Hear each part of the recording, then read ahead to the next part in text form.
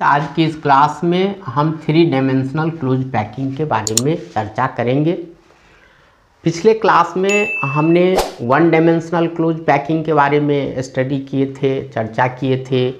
2 dimensional square close packing के बारे में भी चर्चा किए थे। 1 डायमेंशनल क्लोज पैकिंग में हमने देखा था कि कोऑर्डिनेशन नंबर 2 होता है और एक स्फीयर 2 स्फीयर के डायरेक्ट कांटेक्ट में होता है।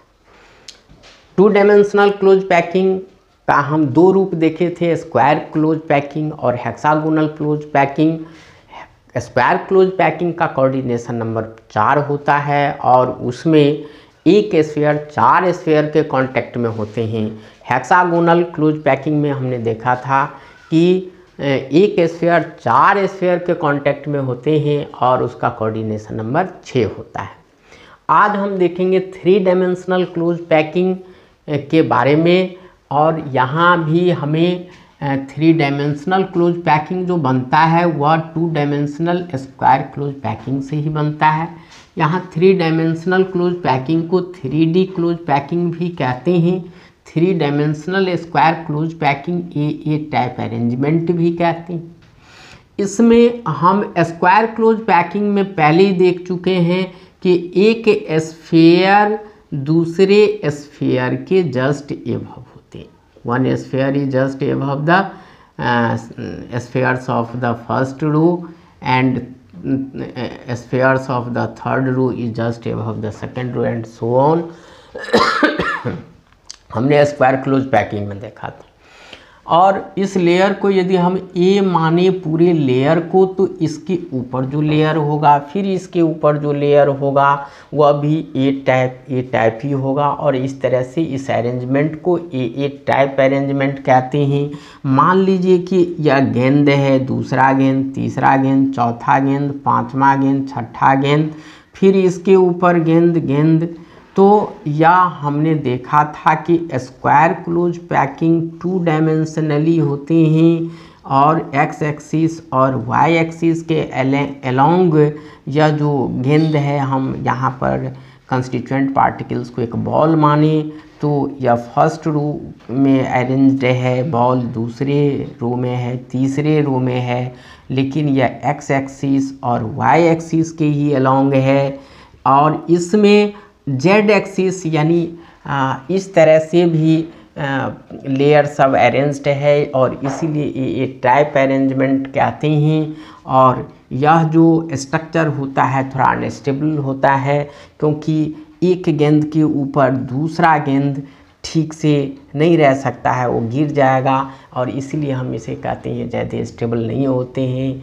इसमें इसका जो कोऑर्डिनेशन नंबर होता है वो 6 होता है, 6 होता है। स्क्वायर क्लोज पैकिंग में 4 होता है, चूँकि यह 3 डायमेंशनल है तो एक जस्ट एबव एक जस्ट बिलो और इस तरह से 6 स्फीयर एक स्फीयर के कांटेक्ट में होगा और इसका कोऑर्डिनेशन नंबर 6 होगा। और इससे बने unit cell simple cubic unit cell होते हैं। यहाँ 3 डायमेंशनल हेक्सागोनल क्लोज पैकिंग फिर 2 तरीके से बनता है।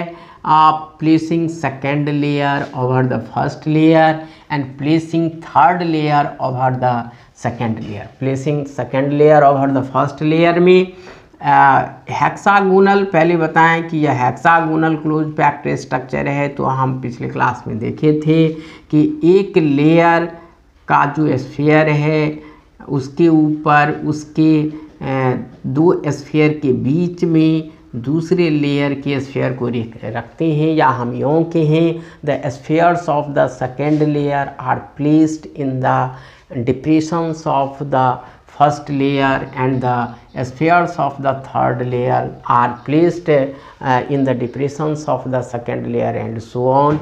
और यह जो अरेंजमेंट था हमने देखा था ए बी टाइप अरेंजमेंट है। इसमें 2 तरह के वॉइड भी बनते हैं, टेट्राहेड्रल वॉइड भी बनता है और ऑक्टाहेड्रल वॉइड भी बनता है। टेट्राहेड्रल वॉइड कहते हैं कि जब एक वॉइड 4 स्फीयर से जुड़े होते हैं, कांटेक्ट में होते हैं, और जब उस चारों स्फीयर्स के सेंटर को मिलाते हैं तो एक शेप बनता है जिसे टेट्राहेड्रॉन कहते हैं और इस वॉइड को टेट्राहेड्रल वॉइड कहते हैं। इसमें ऑक्टाहेड्रल वॉइड कहते हैं। एक वॉइड 6 स्फीयर से घिरे होते हैं, इसे ऑक्टाहेड्रल वॉइड कहते हैं। चूँकि इसका जो शेप होता है वो ऑक्टाहेड्रॉन होता है, इसीलिए इसे ऑक्टाहेड्रल वॉइड भी कहते हैं। तो placing second layer over the first layer में, इसमें फर्स्ट लेयर के ऊपर जब सेकेंड लेयर होता है तो यह फर्स्ट लेयर है, सेकेंड लेयर, तो इसमें जो वॉइड बनता है 2 तरह का बनता है, tetrahedral void and octahedral void. और इसमें ट्रायंगुलर वॉइड बनते हैं, फिर एक जिसका एपेक्स एक का ऊपर की ओर होता है, एक नीचे की ओर होता है। और ऑक्टाहेड्रल वॉइड ये 2 ट्रायंगुलर वॉइड का कॉम्बिनेशन होता है। Triangular void having apex pointing upwards and apex pointing downwards, ये दोनों ट्रायंगुलर वॉइड्स के कॉम्बिनेशंस होते हैं ऑक्टाहेड्रल वॉइड। अब placing third layer over the second layer, जब हम थर्ड लेयर को सेकेंड लेयर के ऊपर रखेंगे तो इसमें ए बी पैटर्न, यानी A atom B void, A atom B void, यानी एक लेयर के ऊपर ये वॉइड टेट्राहेड्रल वॉइड बनेगा, और या उसके ऊपर जब हम एटम रखेंगे तो वह टेट्राहेड्रल वॉइड को कवर करता है। तो ए का जो लेयर होगा बी से डिफरेंट होगा, बी का जो होगा फिर ए से डिफरेंट होगा, यानी फर्स्ट और थर्ड जो है सेम होगा, सेकंड और फोर्थ सेम लेयर होगा। इसका कोऑर्डिनेशन नंबर 12 होता है, स्ट्रक्चर SCP होता है। और कवरिंग ऑक्टाहेड्रल वॉइड में इसके फर्स्ट लेयर सेकेंड लेयर से डिफरेंट होते हैं, थर्ड लेयर ए और बी यानी फर्स्ट लेयर और सेकेंड लेयर दोनों से डिफरेंट होता है।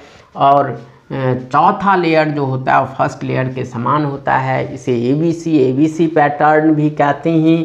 कोऑर्डिनेशन नंबर इसका भी 12 होता है। इसका स्ट्रक्चर FCC और CCP होता है, दोनों का कोऑर्डिनेशन नंबर सेम होता है। और यह सबसे एफिशिएंट स्ट्रक्चर होता है इसका। जब हम आगे पढ़ेंगे पैकिंग एफिशिएंसी 74% होते हैं, यानी यह काफ़ी हार्ड सॉलिड्स होता है, काफ़ी मोस्ट एफिशिएंट सॉलिड्स होते हैं। और इसका एग्जैक्ट डायग्राम इस 2 डायमेंशनल सरफेस पर ड्रॉ करना थोड़ा डिफ़िकल्ट है। आप लोग हम सभी छात्रों से कहेंगे कि आप लोग ज़्यादा से ज़्यादा NCERT की किताब का अध्ययन करें, उसमें जो स्ट्रक्चर है उसको ड्रॉ करने की कोशिश करें, उसको प्रैक्टिस करने की ज़्यादा से ज़्यादा कोशिश करें, ताकि आपका कॉन्सेप्ट अधिक से अधिक बिल्डअप होगा। और आज का क्लास इसी के साथ ख़त्म होता है। धन्यवाद स्टूडेंट्स। यदि यह क्लास आपको अच्छा लगे तो इस वीडियो को ज़्यादा से ज़्यादा लाइक, शेयर एंड सब्सक्राइब